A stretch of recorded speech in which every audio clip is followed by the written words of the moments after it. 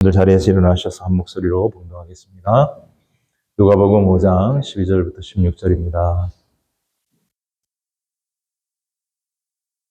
예수께서 한 동네에 계실 때에 온몸에 나병 들린 사람이 있어 예수를 보고 엎드려 구하여 이르되 주여 원하시면 나를 깨끗하게 하실 수 있나이다 하니 예수께서 손을 내밀어 그에게 대시며 이르시되 내가 원하노니 깨끗함을 받으라 하신데 나병이 곧 떠나니라. 예수께서 그를 경고하시되 아무에게도 이르지 말고 가서 제사장에게 내 몸을 보이고 또 내가 깨끗하게 됨으로 인하여 모세가 명한 대로 예물을 드려 그들에게 입증하라 하셨더니 예수의 소문이 더욱 퍼짐에 수많은 무리가 말씀도 듣고 자기 병도 고침을 받고자 하여 모여오되 예수는 물러가사 한적한 곳에서 기도하시니라. 하나님 아버지, 우리 시간에 말씀 은혜를 허락하여 주시옵소서. 성령으로 우리를 감동하여 주시옵소서. 이 말씀 우리 안에 힘이 되고 위로가 되고 생명이 되고 지혜가 되게 하여 주옵소서. 진리의 말씀을 선포할 때 함께하여 주시고 마음에 감동이 있는 귀한 은혜 시간 될 수 있도록 함께하여 주옵소서. 거룩하신 예수님의 이름으로 기도합나이다. 아멘. 자리에 앉으시기 바랍니다. 오늘 저는 예수님이 좋아하시는 사람 두 번째 시간 말씀 증거하겠습니다. 예수님이 좋아하시는 사람 두 번째. 누가복음으로는 20번째 말씀 증거하도록 하겠습니다. 오늘 본문은 한 나병 환자가 예수님께 나와서 간절히 간구하여서 치유함을 받는다라고 하는 그런 간단한 내용의 말씀입니다. 지난 주일 베드로를 부르시는 말씀을 통해서 예수님이 좋아하시는 사람의 특징 5가지를 함께 살펴보았는데 오늘도 주어진 본문의 말씀을 통해서 예수님이 좋아하시는 사람의 특징 5가지를 함께 살펴보면서 은혜 받기를 원합니다. 첫 번째로 어떤 사람을 예수님이 좋아하실까? 자신의 문제, 연약함, 부족함, 더러움, 자신의 실패, 그 모든 것들을 안고 예수님께 나와서 무릎을 꿇고 도움을 구하는 사람을 예수님이 좋아하신다. 한마디로 말하면 자기 힘으로 하려고 하지 않고 예수님께 무릎 꿇을 줄 아는 사람을 예수님이 기뻐하신다. 라는 것입니다. 12절 말씀을 우리 같이 한번 읽어보시면요. 12절 시작. 예수께서 한 동네에 계실 때에 온몸에 나병 들린 사람이 있어 예수를 보고 엎드려 구하여 이르되 주여 원하시면 나를 깨끗하게 하실 수 있나이다. 그랬습니다. 여기 보면 온몸에 나병 들린 사람이라고 말씀하고 있는 걸 보면 굉장히 나병이 위중한 상황에 있는 그런 사람이 한 사람이 있었는데 원래 나병 환자는 사람들이 사는 동네에 살 수 없고 이렇게 따로 떨어져서 살면서 사람들이 이리 오면 부정하다 이렇게 소리를 질러야 했습니다. 그래서 접촉이 안 되도록. 어쨌든 그러한 사람이 예수님을 보고 예수님의 소문을 듣고 예수님께로 와서 엎드려 구했다고 말하는데 같은 내용을 담고 있는 마가복음 1장 40절에 보면 이렇게 말씀하고 있습니다. 마가복음 1장 40절을 보십시다. 시작. 한 나병 환자가 예수께 와서 꿇어 엎드려 간구하여 이르되 원하시면 저를 깨끗하게 하시소. 이게 더 구체적으로 꿇어 엎드렸다 그렇게 말하고 있습니다. 꿇어 엎드렸다. 무릎을 꿇었다는 말이죠. 여러분 무릎을 꿇는다고 하는 것은 어떤 의미입니까? 우리가 한국 전통으로 보면 어른 앞에서는 특별히 처음 가서 인사를 드린다거나 할 때 항상 어떻게 하십니까? 무릎을 꿇고 앉는 것입니다. 그것은 존경을 의미하는 것이고 겸손을 의미하는 의미이고요. 무릎을 꿇는다고 하는 것은 전쟁터에서는 항복을 의미합니다. 복종하겠습니다 라는 뜻입니다. 그리고 무릎을 꿇는다고 하는 것은 특별히 기도할 때의 간절함을 의미하는 것이기도 합니다. 성경에 보면 무릎을 꿇은 사람들이 제법 많이 나옵니다.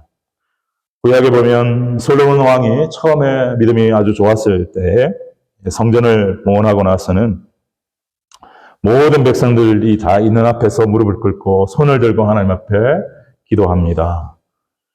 그게 역대상 역대하 6장에 나오는데 무릎을 꿇고 한참을 기도한 후에 이제 기도를 마치니까 역대하 7장 1절에 보니까 하늘에서 불이 임하여서 그 예물을 하나님 앞에 올려드리는데 그 예물을 불태우면서 하나님이 그 예물을 연락하셨다.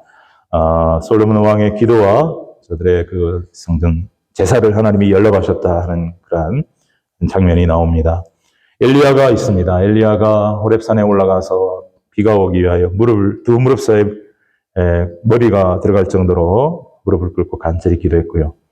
우리 다니엘이 6장 10절에 보면 하루에 몇 번씩? 3번씩 예전에 하던 대로 누구든지 왕 외에 절하면 강구하면 죽이리라 하는 그 왕의 칙서 명령이 떨어졌음에도 불구하고 그걸 알면도 불구하고 예루살렘을 향한 창문의 문을 열고 하루에 3번씩 늘 하던 대로 무릎을 꿇고 기도하고 감사하였더라. 그랬습니다.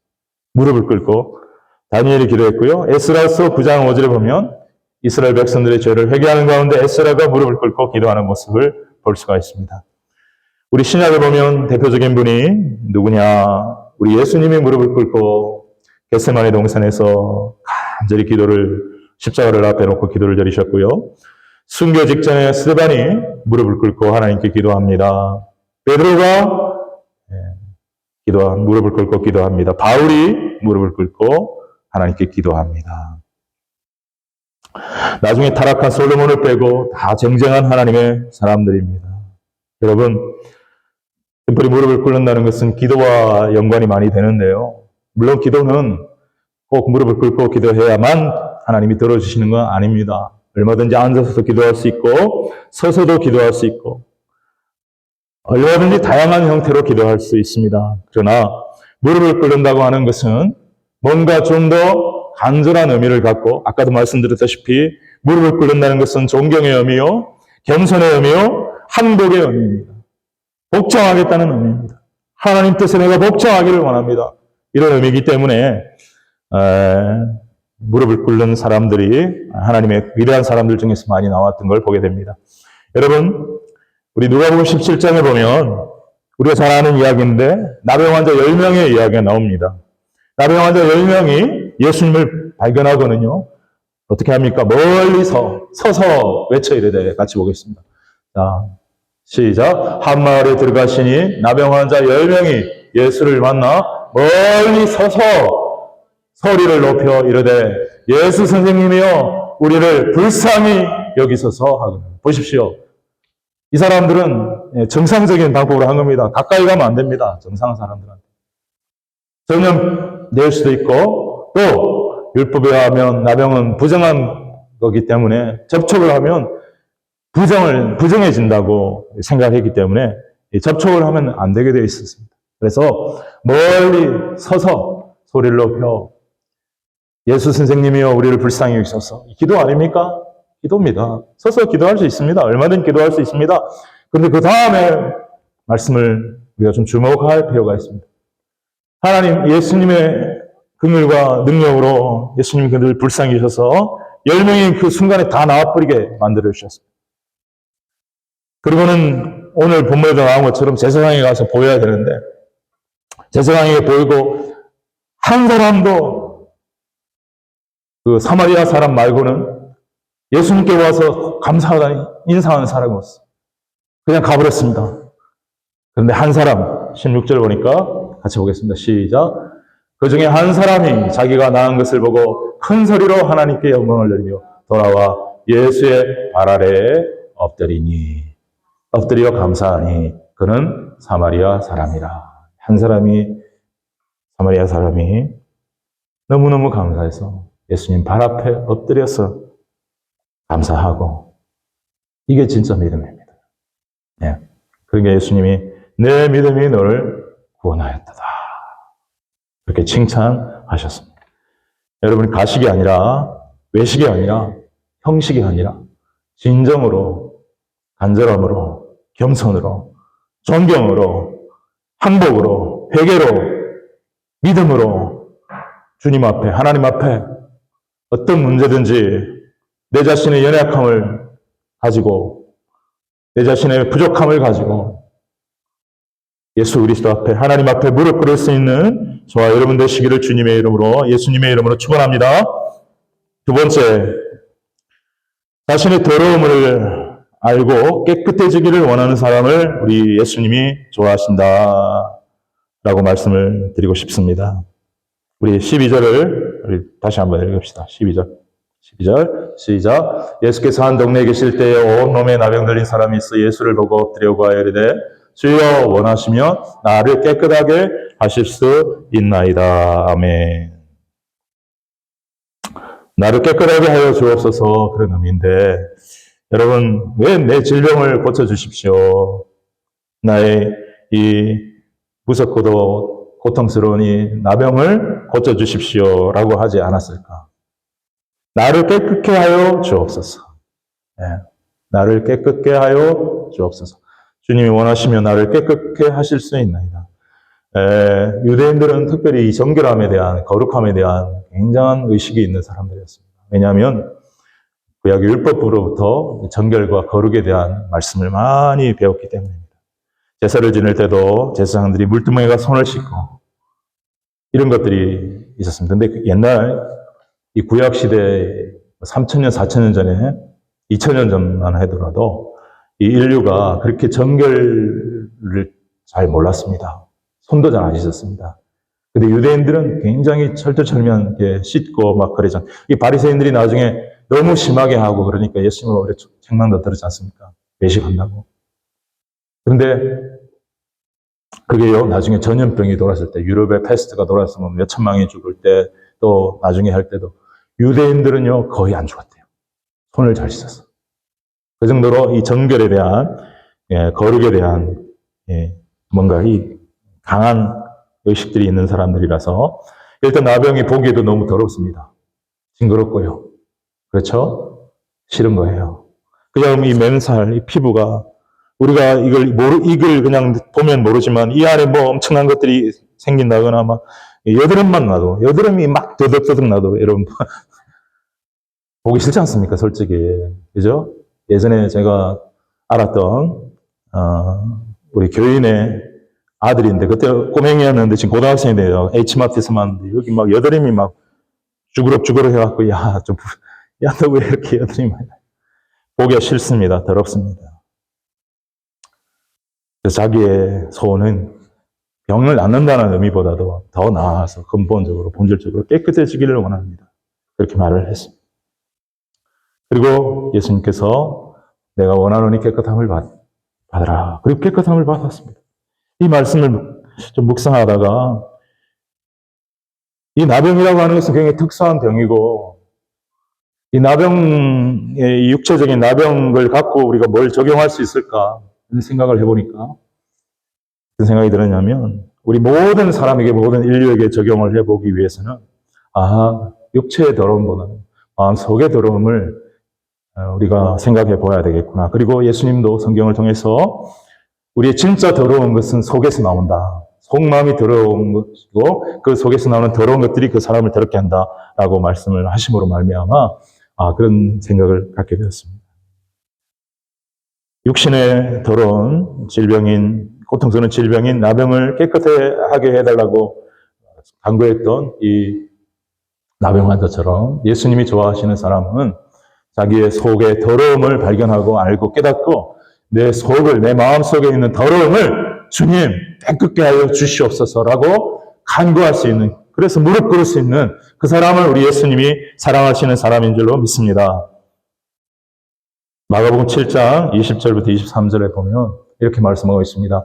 같이 읽읍시다. 또 이르시되 사람에게서 나오는 그것이 사람을 더럽게 하느니라. 속에서 곧 사람의 마음에서 나오는 것은 악한 생각, 곧 음란과 도둑질과 살인과 간음과 탐욕과 악독과 속임과 음탕과 질투와 비방과 교만과 우매함이니 이 모든 악한 것이 다 속에서 나와서 사람을 더럽게 하느니라. 예수님이 말씀하십니다. 사람이 뭘 먹는다고 더러워지는 것이 아니라 사람 속에 그 마음 속에 있는 것이 악한 생각들이 이 밖으로 나와서 사람을 더럽히고 자기도 더럽게 하고 이미 더러운 자기가 더 더러워지고 다른 사람도 더럽게 한다. 그렇게 말씀을 하셨습니다. 여러분 사람은 다 죄인입니다. 모든 사람이 죄를 범하였으면 하나님의 영광이 이르지 못하더니 의인은 없나니 하나도 없다 했습니다. 이 죄인의 특징 중에 하나가 교만이고 죄인의 특징 중에 하나가 마음에 악한 것들이 가득하다라는 것입니다.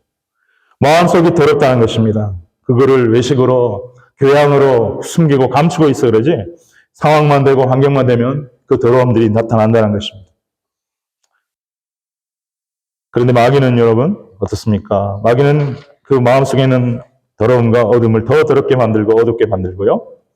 악한 생각, 더러운 생각을 더 악하게, 더 더럽게 하도록 하면서 그러면서 자신의 속에 더러움이 없다, 악한 것이 없다라고 생각하게 만듭니다. 양심을 마비시킵니다.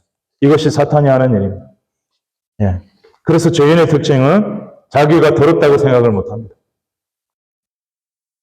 그러나 진정으로 하나님 앞에 은혜 받고 하나님 앞에 쓰임 받을 수 있는 사람은 자기 속에 더러움이 있고 자기 속에 악함이 있고 자기 속에 엄청나게 더럽다는 것을 인정하고 그것은 사람의 힘으로 어떤 것으로도 깨끗게 할 수 없고 오직 하나님의 전능하신 하나님의 그 긍휼과 은혜로만 깨끗게 하실 수 있다는 걸 알고 하나님께 주님께 나아가는 사람이 바로 우리 주님이 기뻐하시는 사람인 줄로 믿습니다. 믿음의 사람은 그런 사람입니다. 믿음의 사람은 내 안에 더러운 것이 없다라고 하는 사람이 아니라 그것도 착각이고 그것도 교만이죠. 믿음의 사람이라도 여전히 얼마든지 더러워질 수 있고 또 더러움이 또 그 죄의 뿌리가 순간순간 드러날 수 있다는 걸 알고 그런 것들이 드러났을 때 그걸 회개하고 내 속의 정결함을 간구하고 나를 정결하게 해달라고 요구하며 간구하며 기도할 수 있는 사람이 진짜 하나님의 사람입니다. 우리 시편 51편에 보면 다윗 왕이 바세바와 간음죄를 저지르고 그 남편을 살인하고 나단 선지자의 엄중한 책망을 듣고는 회개의 시를 적은 것이 시편 51편 아닙니까? 거기 7절에 보면 우슬초로 나를 정결케 하소서. 나를 정결하게 하소서. 10절에 보니까 하나님이여 내 속에 정한 마음, 정결한 마음을 창조하소서, 새롭게 하소서. 그렇게 애원하면서 간구하고 있는 것을 보게 되는 것입니다. 왕이었기 때문에 다 나단 선지자까지 다 처단해 버릴 수 있었지만 그래도 다윗은 정신 차리고 회개하고 내가 왜 이렇게 또 더럽습니까? 왜 내 안에 이렇게 죄가 많습니까? 내 죄를 불쌍히 여기시고 깨끗게 하옵소서. 시편 50편 그렇게 기록하고 있습니다. 사랑하는 여러분, 우리가 아까 그 275장인가 찬송했지요? 변찮는 주님의 사랑과 그 찬송의 후렴에 보면은 어떤 가사가 나옵니까? 예수는 우리를 깨끗게 하시는 주시니. 여러분, 우리 예수님은 우리를 깨끗하게 하시는 주님이신 줄로 믿습니다. 자, 우리가 깨끗하게 되려면 어떻게 돼야 될까? 말씀을 통해서 한번 알아보겠습니다. 우리가 깨끗해지기 위해서는 말씀이 필요하고 기도가 필요합니다. 우리 디모데전서 4장 5절 말씀을 한번 같이 보시죠.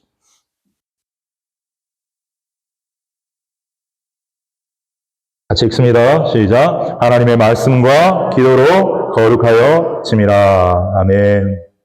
하나님의 말씀과 기도로 거룩하여 짐이라. 아멘. 그리고 우리 에스겔서 36장 25절 말씀을 한번 같이 보겠습니다. 에스겔서 36장 25절. 같이 읽습니다. 시작. 맑은 물을 너희에게 부려서 너희로 정결하게 하되 곧 너희 모든 더러운 것에서와 모든 우상 숭배에서 너희를 정결하게 할 것이며 라고 말씀하고 있습니다. 여러분, 이 맑은 물로 우리를 정결하게 하신다 하는 말씀. 여러분, 우리의 속에 있는 더러움, 우리의 죄악, 물로 씻을 수 없습니다. 그렇다면 이 맑은 물이라고 하는 것은 어떤 것을 상징하고 있는 말씀이겠구나 하는 것을 우리가 상상해 볼 수가 있죠. 이 맑은 물을 성경에서 어떤 의미를 갖고 있느냐. 그럼 제가 일일이 찾아드릴 수는 없고요. 물은 많은 경우에 세례, 특별히 회개의 세례를 상징합니다. 세례 요한의, 침례 요한의 세례, 회개의 세례, 깨끗게 하는 세례, 죄를 회개하는 세례. 그리고 맑은 물은 말씀을 상징합니다. 말씀.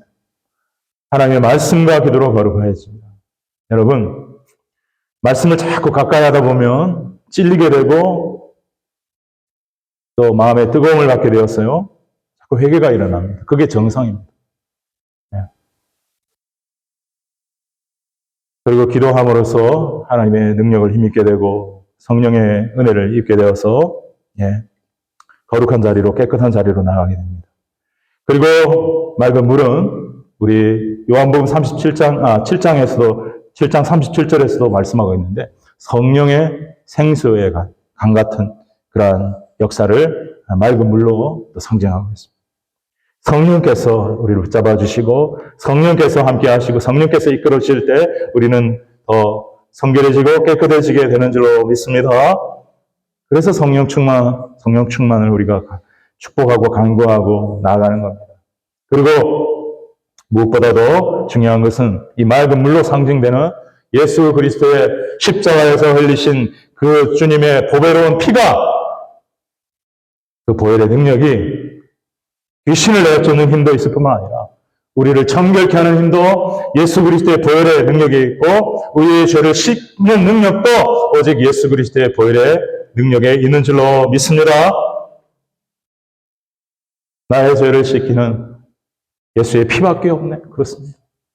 내 속에 더러운 것들을 씻는 것도 예수의 피밖에 없습니다. 십자가를 묵상하십시오. 끊임없이 십자가를 바라보십시오. 나를 위해서 흘리신 예수님의 보혈을 묵상하면서 내 안에 더러운 생각을 물리치십시오. 여러분, 인간은 다시 말씀드리지만 죄인입니다. 죄인은 교만한 사람이며 마음속에 더러운 것을 가지고 사는 사람입니다. 내 속에 더러운 것이 없다고 하는 생각은 착각이고 굉장한 교만입니다. 여러분, 내 속에 더러움을 발견하고 깨닫고 주님께 엎드려 내 속을, 내 마음을 깨끗하게 씻어달라고 간구하며 나아가는 저와 여러분 되시기를 주님의 이름으로 축원합니다. 요즘에 제가 회개를 많이 하는 부분이 뭐냐면요. 왠지 모르겠는데요.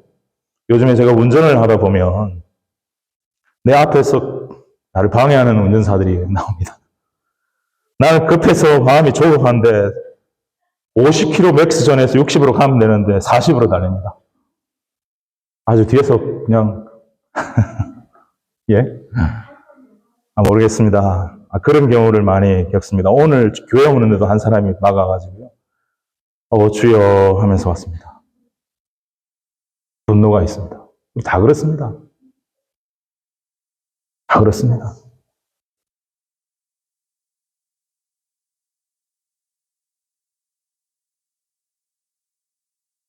두 번째 말씀 다시 한번 내 속에 더러움을 알고 내 안에 더러운 것들이 얼마나 많은가 여전히 예수 믿지만 그것을 알고 그것들이 발견되거나 보이거나 이 나병 환자처럼 예수 그리스도 앞에 무릎을 꿇고 주여 나를 깨끗게 하여 주옵소서 간구하는 저와 여러분 되시기를 예수님의 이름으로 축원합니다.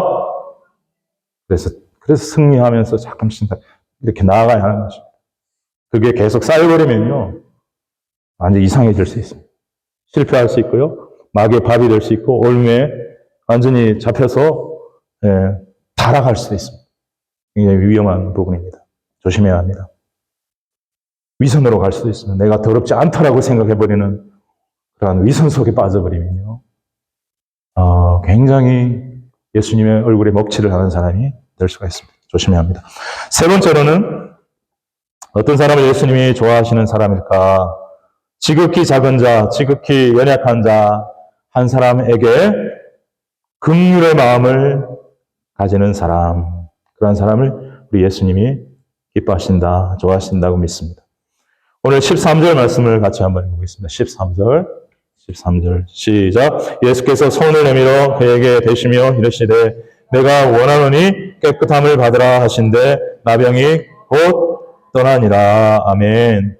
예수님께서 손을 내밀어 그에게 대시며 말씀하고 있습니다. 근데 똑같은 본문의 내용을 가지고 있는 마가복음 1장 41절에 가보면 뭐라고 말씀하시냐면 같이 한번 보시죠. 마가복음 1장 41절 시작. 예수께서 불쌍히 여기사 손을 내밀어 그에게 대시며 이르시되라고 말하고 있습니다. 한 가지가 더 추가되어 있죠. 뭐라고 말씀하셨어요? 예수께서 불쌍히 불쌍히 여기사 손을 대셨다 그랬어요. 아까 말씀드렸다시피 나병 환자를 접촉하는 것은 율법으로 금지되어 있습니다.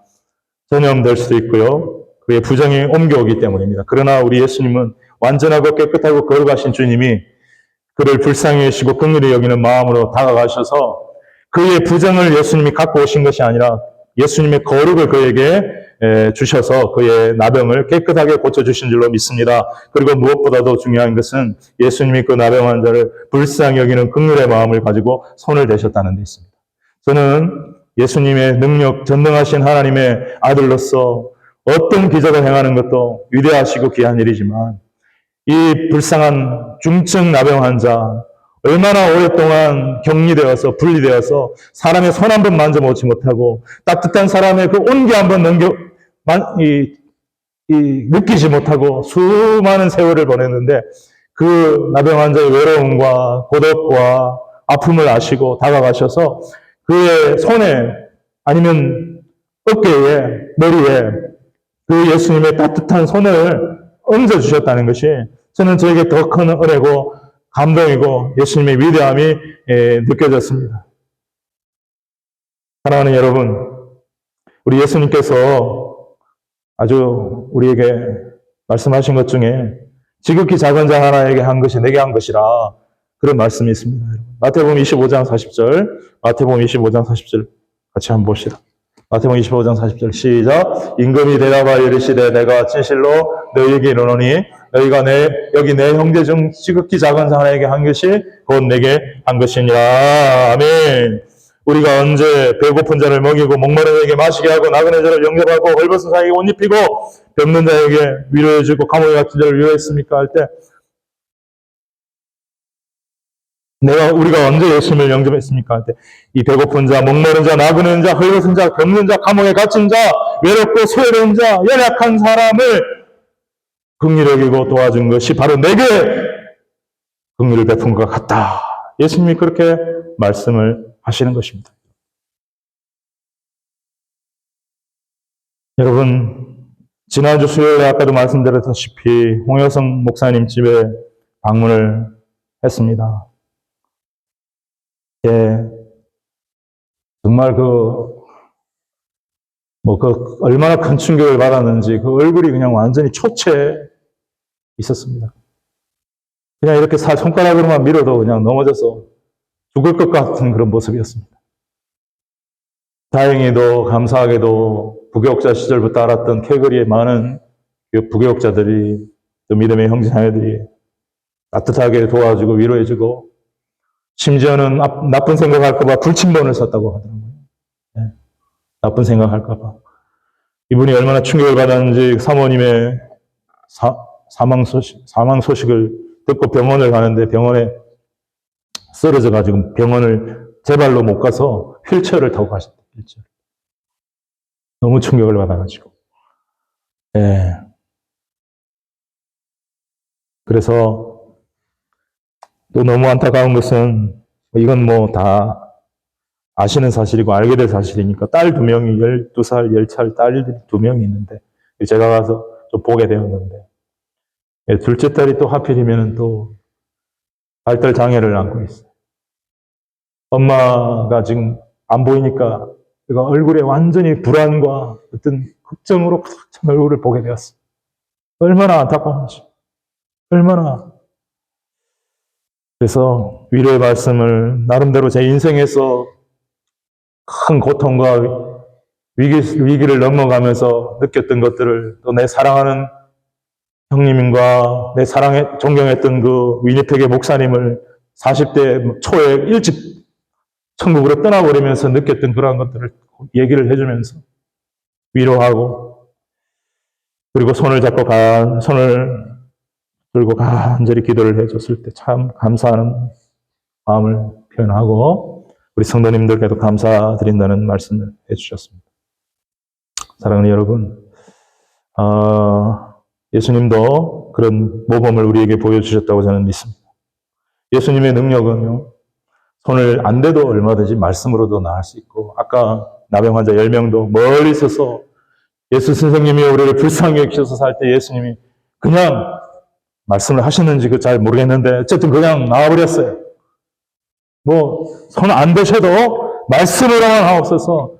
말씀은 창조의 능력을 갖고 있는 그 말씀 그 자체였던 분이 육신을 입고 오신 분이기 때문에 말씀으로만 해야 되는데 구태여 그 중증 나병 환자 온몸에 나병이 걸려서 고름이 줄줄 흐르는 그 사람에게 손을 대셨다.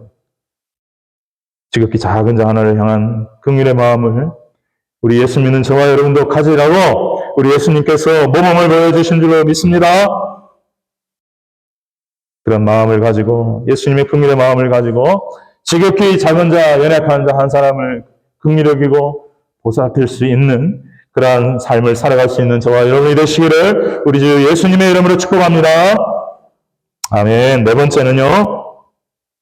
14절 말씀입니다. 14절 같이 읽어보도록 하겠습니다. 시작.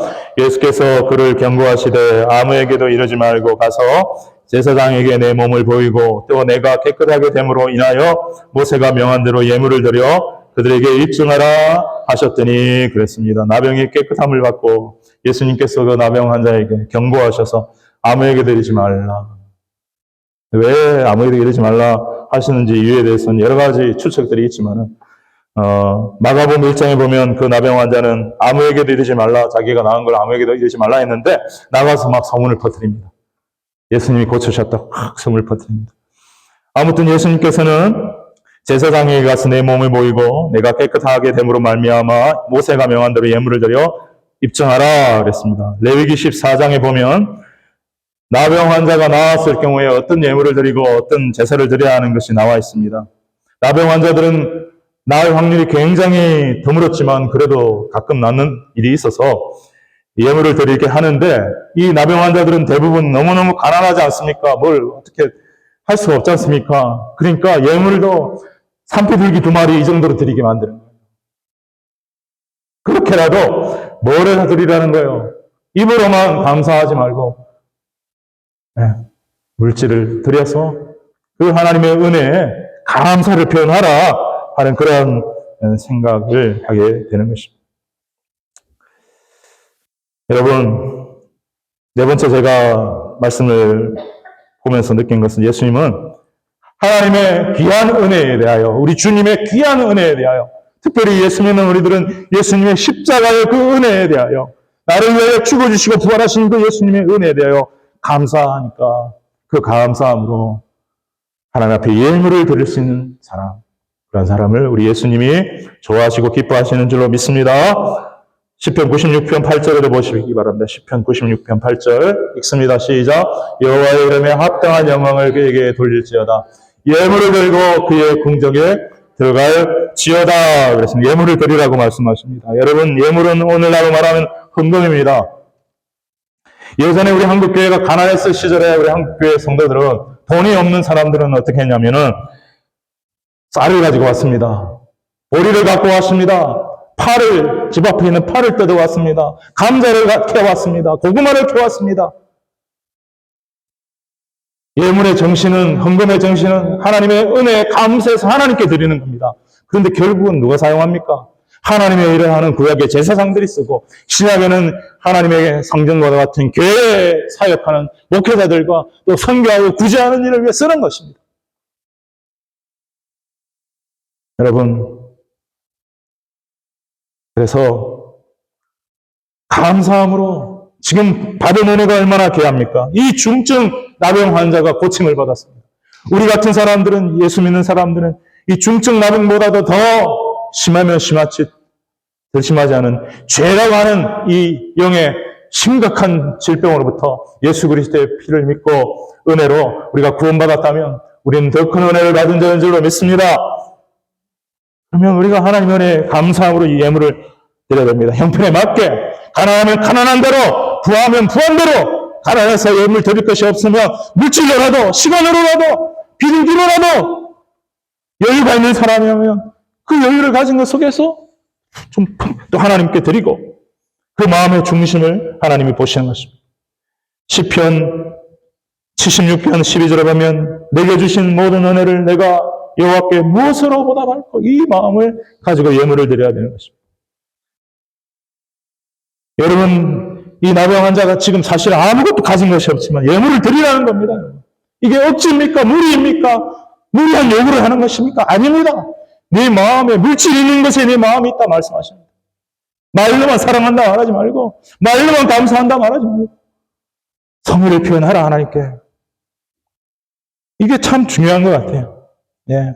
그래서 신약에도 보면 사도 바울이 하나님 앞에 예물을 드릴 때에 억지나 인색함으로 드리는 하나님 안 받으신다. 기쁨으로, 자원함으로, 감사함으로 드리면 하나님 기뻐하신다. 고린도후서 9장 7절을 한번 같이 읽어보겠습니다. 고린도후서 9장 7절 시작. 각각 그 마음에 정한 대로 할 것이요 인색함으로나 억지로 하지 말지니 하나님은 절겨내는 자를 사랑하시느니라 그랬어요. 예수님 좋아하신다 이 말입니다. 그래서 두 가부의 그 둘었던 전재산이 되는 그 몇천 원을 다 바쳐버리는 헌금을, 야, 너 정신 나가냐? 니 지금 이거 갖고 밥 먹어야 되는데 미쳤냐? 이러지 않으셨어요. 귀하게 보셨어요. 여러분, 예물 드리는 것을 우리 예수님이 좋아하시고 사랑하신다 하는 것도 오늘 예수님이 예물을 드리라고 말씀을 하셨잖아요. 그래서 말씀을 드립니다. 다섯 번째, 자, 그럼 이제 정리하면, 여러분, 진짜 여러분 액수가 중요한 것이 아니라 여러분의 형편과 상황에 맞게 하되 여러분이 받은 은혜가 있다면 그 은혜에 진심으로 감사하면서 주님께, 하나님께 예물을 드리는 삶을 사는 저와 여러분이 되시기를 예수님의 이름으로 축원합니다. 축원합니다. 우리 하나님 째째한 하나님 아닙니다. 더 큰 것으로 갚아주십니다. 더 귀한 것으로 채워주십니다. 그리고 다섯 번째, 어떤 사람을 하나님 기뻐하시나? 15절, 16절, 우리 읽습니다. 15절, 16절. 시작! 예수의 소문이 더욱 퍼짐에 수많은 무리가 말씀도 듣고 자기 병도 고침을 받고자 하여 모여오되 예수는 물러가사 한적한 곳에서 기도하시니라. 아멘. 이 사람이 나가서 소문도 퍼뜨렸을 뿐만 아니라 그 주변에 있었던 사람들이 그 환경을 보고 막 예수님께 몰려들기 시작합니다. 말씀도 듣고 병도 고침 받기 위하여 또 구름대처럼 몰려듭니다. 예수님은 그러나 어떤 사역을 할 때에 이 정도 해야 된다 하는 걸 예수님은 정확히 구별을 하셨습니다. 지금은 이제 예수님 뭐 할 때로 생각하신 겁니까? 뭐 하실 때로 생각하신 거예요? 기도하셔야 된다라는 생각을 하셨어요. 사람들이 몰려들었지만 좀 잠깐 스톱, 퀴트, 포즈, 잠깐 멈추고 하나님께 나와서 기도해야 돼요. 예수는 물러가서 한적한 곳에서 기도하시는 거예요. 제가 깨달은 것은요, 사랑하는 여러분, 우리 주님이 좋아하시는 사람은 정말 어떤 상황에서도 기도하기를, 여기다 감사도 더 붙이면 좋고요, 기도하기를 쉬지 않는 사람을 우리 예수님이 좋아하시는 줄로 믿습니다. 예수님 기도하시는 모습을 보면요, 때로는 새벽에도 기도하시고 때로는 밤새도록 기도하시고, 예. 또 십자가를 앞에 두고 겟세마네 동산에서는 무릎을 꿇고 땀이 땀방울 되도록 간절히 기도도 하시고 기도하셨어요. 하루 3번 기도하고 감사했던 다니엘의 모습이 거기서 느껴졌고요. 그리고 사무엘 선지자가 이스라엘 백성들 앞에 기도하기로 치는 죄를 범하지 않겠다라고 말했던 그 말씀도 기억이 났어요. 사무엘상 12장 23절 같이 읽겠습니다. 시작. 나는 너희를 위하여 기도하기를 치는 죄를 여호와 앞에 결단코 범하지 아니하고 선하고 의로운 길로 너희에게 가르칠 것이다. 사무엘은 하나님 앞에 기도하면서 이스라엘 백성들이 하나님 보시기에 바른 선한 길, 의로운 길로 인도하기 위해서 가르치고 기도하고 가르치고 기도. 그 가르침에 권위와 권세가 있기 위하여 더 기도하고 더 기도하고. 지식으로 가르친 게 아니라 하나님의 영적인 권세와 능력으로 가르치기 위하여 기도하고. 우리 예수님 늘 기도하셨습니다. 쉬지 않고 기도하셨습니다. 예수님의 위대한 사역의 비결은 성령과 기도라고 말하는 분이 있습니다. 맞습니다. 예수님의 위대한 사역의 비결, 성령과 기도. 우리의 삶의 위대한 예수님의 모습이 우리에게도 임할 수 있기 위하여 말씀 성령 기도, 말씀 성령 기도. 사랑하는 여러분, 여러분은 요즘 얼마나 기도하십니까? 기도에는 개인 기도와 공동체가 같이 하는 기도가 있는데 예수님은 주로 개인 기도를 많이 하셨던 것 같습니다. 신약으로 볼 때. 그런데 공동체 기도가 언제부터 나타나기 시작했냐면 사도행전 1장에부터 예수님이 너희는 몇 달이 못되어 성령으로 세례를 받을 거니까 기다려라. 마가다방에서 성도들이 120명 모여서 전심으로 기도하는 것부터 공동체 연합 기도가 이루어지기 시작했습니다. 그래서 개인 기도도 하고 공동체 기도도 하고 이래야 합니다. 그리고 기도에는요, 크게 여러 가지로 나눌 수 있지만 세 가지로 구분을 해보면 간구 기도입니다. 간구 기도. 어떤 문제에 대해서 뭘 도와달라고, 이걸 해결해 주시옵소서, 이걸 도와주시고 주시옵소서, 이런 간구의 기도. 두 번째는 타인을 위한 중보 기도가 있습니다. 뭘 도와주십시오 하더라도 나를 도와주는 게 아니라 타인을, 다른 사람을 도와달라고 하는 게 중보 기도. 그리고 세 번째 중요한 것, 어떻게 보면 제일 중요한 건 뭐냐면 하나님과 동행하는 기도, 사귐의 기도, 교제의 기도. 뭐 달라고 하죠. 하나님 다 아시니까. 하나님을 깊이 알고자 하는 그러한 마음으로 하나님과 교제하는, 말씀을 묵상하면서 하는 게 더 좋겠죠. 예수님은 요한복음 17장에 보면 3분의 1은 자신을 위한 기도를, 자신의 사명을 잘 감당할 수 있도록 기도했고요. 3분의 2는 제자들과 그 제자들의 제자들을 위해서 중보 기도하셨습니다. 예수님은 중보 기도를 많이 하셨던 것을 보게 되고, 예수님은 그리고 무엇보다도 공생의 시절에는 하나님과 교제하는 기도, 사귐의 기도를 많이 했다. 이런 생각을 하게 되었습니다.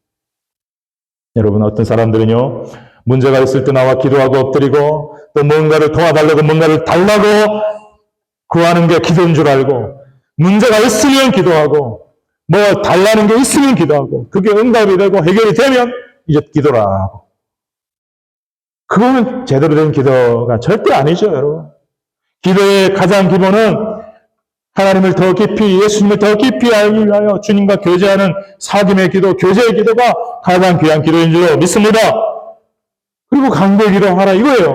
그리고 중보의 기도하는 그러한 사람들, 우리 예수님 기뻐하실 것입니다. 기도는 소리내어 하는 기도 있고요, 묵상 기도 있고요, 기도는요 앉아 하는 기도 있고요, 서서 하는 기도 있고요, 아까 말씀드렸듯이 간절하게 무릎을 꿇고 기도하는 기도 있어요.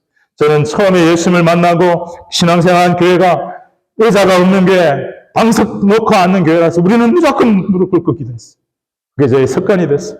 그래서 저는 항상 집에서 말씀 준비할 때도 무릎 꿇고 하나님 앞에 기도하고 하나님 말씀에 영감을 주시고 지혜를 달라고 기도합니다. 그러면 많은 경우에 지혜를 주셔요. 깨달음을 주셔요. 무릎을 꿇고 기도하시기 바랍니다. 항상 기뻐하라. 쉬지 말고 기도하라. 범사에 감사하라. 할렐루야. 우리 마지막으로 누가복음 21장 36절 마지막 때에 우리 주님께서 경고하십니다. 시작. 이러므로 너희는 장차올 이 모든 일을 능히 피하고 인자 앞에 서도록 항상 기도하며 깨어있으라. 자, 따라하겠습니다. 항상 기도하며 깨어있으라. 항상 기도하며 깨어있으라. 여러분, 예수님 오실 때가 가깝습니다. 진짜 가깝습니다.